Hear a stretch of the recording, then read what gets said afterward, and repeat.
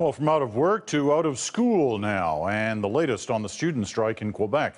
Police will be on the streets again tonight in expectation of another round of protests and more arrests. Last night alone, nearly 700 people were detained and fined. As Catherine Cullen reports, while police continue to crack down, the Premier is responding by shaking things up. Police declared the protest illegal right from the start because organizers didn't provide a route. Still, demonstrators were allowed to march for 3 hours before any arrests were made.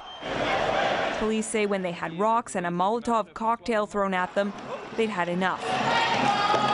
They surrounded protesters, a tactic known as kettling. In that incident alone, 506 people were arrested. This woman says she was just going out for a beer when she was caught up in the conflict and handcuffed. It was cruel, she says. The police acted like animals.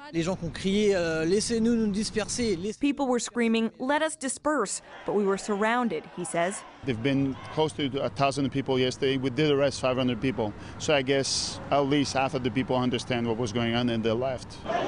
Most of those arrested have been fined $600. In a demonstration in Quebec City, another 176 arrests, bringing the number of arrests in the two cities to nearly 2,000 since the conflict began. All this without anyone yet being charged under the controversial Law 78 that restricts protest.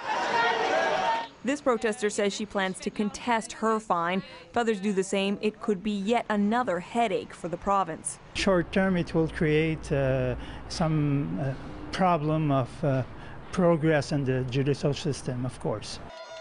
Both students and the government say it's urgent a solution be found to the root cause, the tuition conflict. They're organizing negotiations for the coming days.